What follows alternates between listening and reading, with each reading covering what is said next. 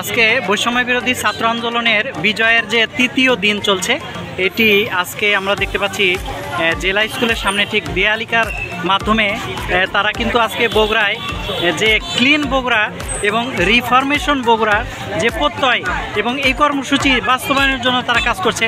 এরূপ একজন শিক্ষার্থীর সঙ্গে আমি কথা বলছি। তোমরা আসলে এই চিত্রকর্মের দ্বারা তোমরা কি বোঝাতে চাচ্ছ? তোমাদের আসলে মেসেজটা কি? এই চিত্রকর্ম, এই দেওয়ালগুলোকে আমরা অনেক আগে থেকে ব্যবহার করে আসছি। আন্দোলনের সময় এই দেওয়ালগুলো ব্যবহার করা হয়েছে এবং আবারও আমরা বিজয়ে যে আমাদের উল্লাস সেটা প্রকাশ করার জন্য আমরা আবারও ফিরে আসছি এই দেওয়াল নিয়ে। মূলত এই দেওয়ালে আমাদের ছবি আঁকানোর বিষয় ছিল হচ্ছে আমরা শেষের কয়েকদিন বারবারই দেখছিলাম যে ওই যে সামনে 7 সিমেন্ট লেখা ওই যে চত্বরটা আছে সাত মাথায়, অনেকেই ছবি ভাইরাল ভাব হয়ে গেছিল, আমরা দেখছিলাম এই ছবিটা।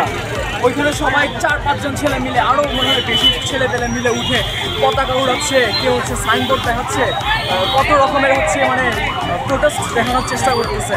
এক্স্যাক্টলি সেম সিনারিটা আবারও আমরা ফিরে আনছি।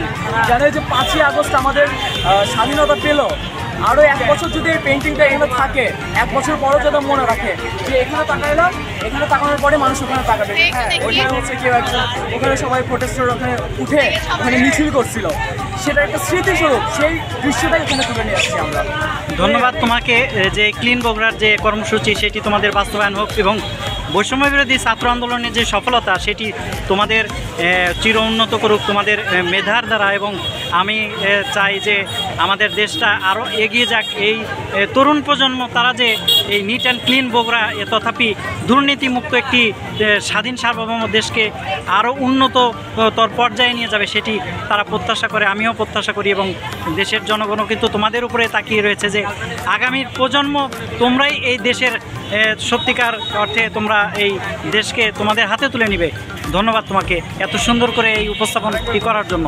ধন্যবাদ। থেকে আশা করছি যে আমরা ছাত্ররা এইবার যেভাবে ইউনাইটেড হয়ে প্রোটেস্ট করছি, ভবিষ্যতে যদি এরকম সংকট আসে বাংলাদেশকে বাঁচাতে ছাত্র সমাজ না, এবার পুরো জনগণ যা আছে সবাই মিলে আবারও নেমে পড়বো প্রোটেস্ট করার জন্য।